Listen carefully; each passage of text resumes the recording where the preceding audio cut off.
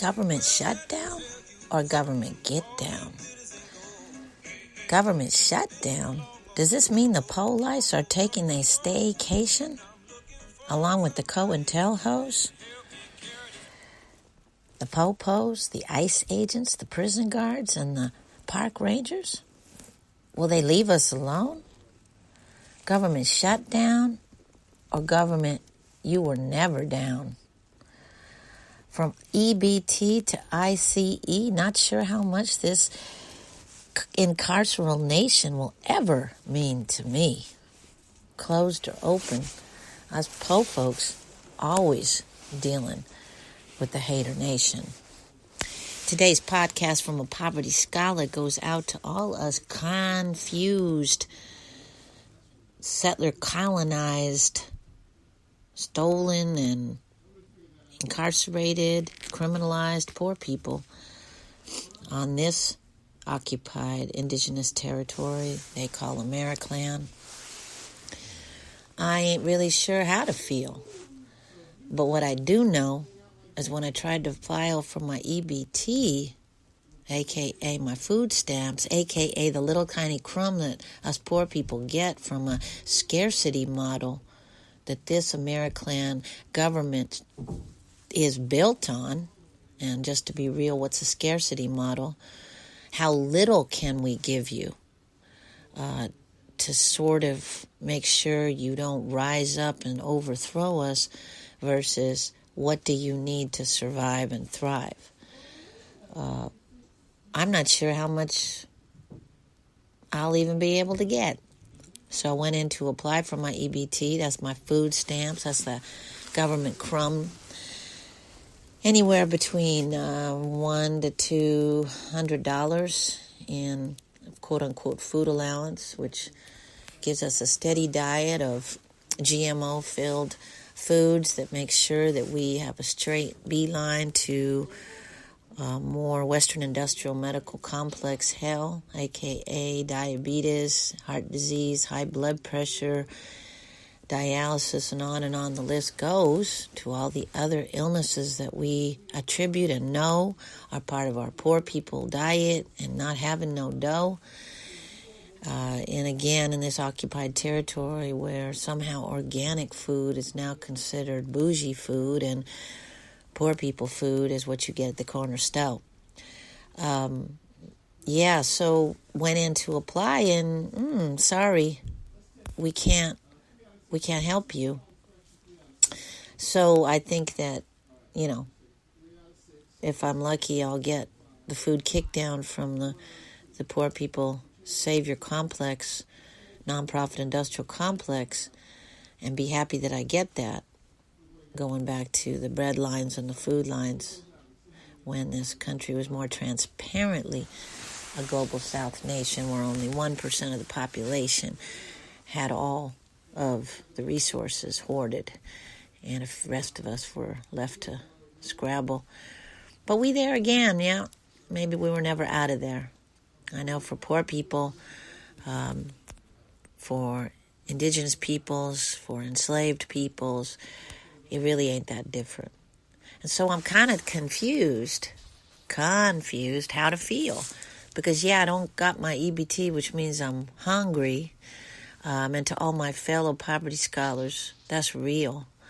You ever feel hungry, ever missed a meal, that experience is globally understood or overstood. But then there's the issue of the park rangers.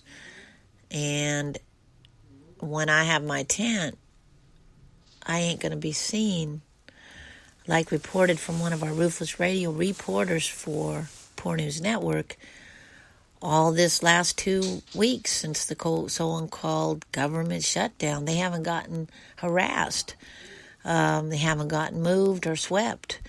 And that's from 3 different Ruthless Radio reporters reporting from Golden Gate Park in San Francisco, the occupied territory of Alamu, as well as Lake Merritt.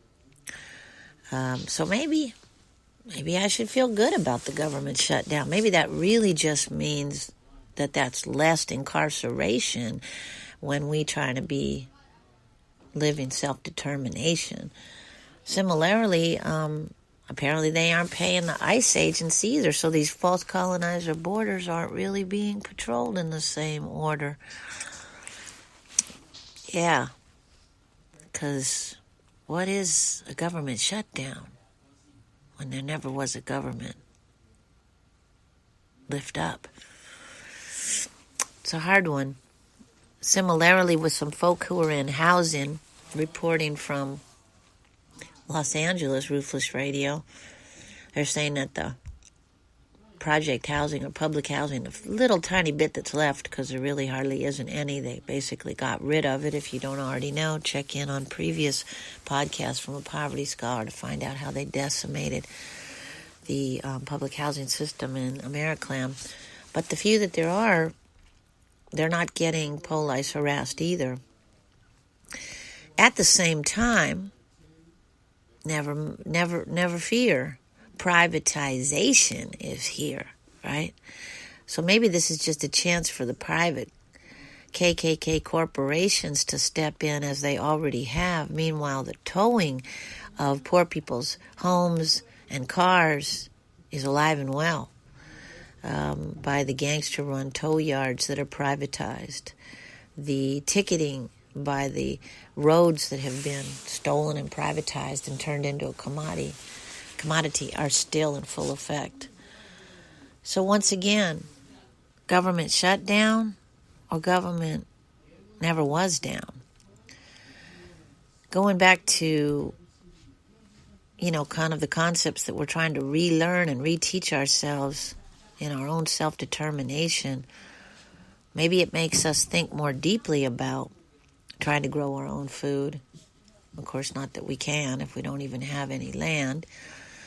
But maybe it makes us think more deeply about the ideas of relying on the man when they were never here in the first place. Government shut down.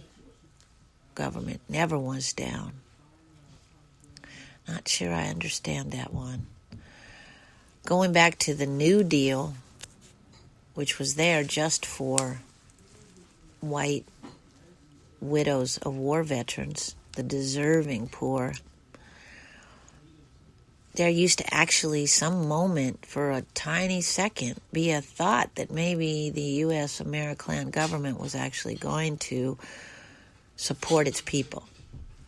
But you got to understand, that doesn't work with the near feudal society that's police harassed and incarcerated that we have in this current and former situation. So as people lift up the concept of the New Deal, remember that the deserving versus undeserving poor is still embedded in that. And so even when we look at the Green New Deal, how are we actually looking at a model that's actually not based on scarcity and that's actually based on how much do you need to thrive, not how little can we give you to keep you alive. Government shutdown or government never was down.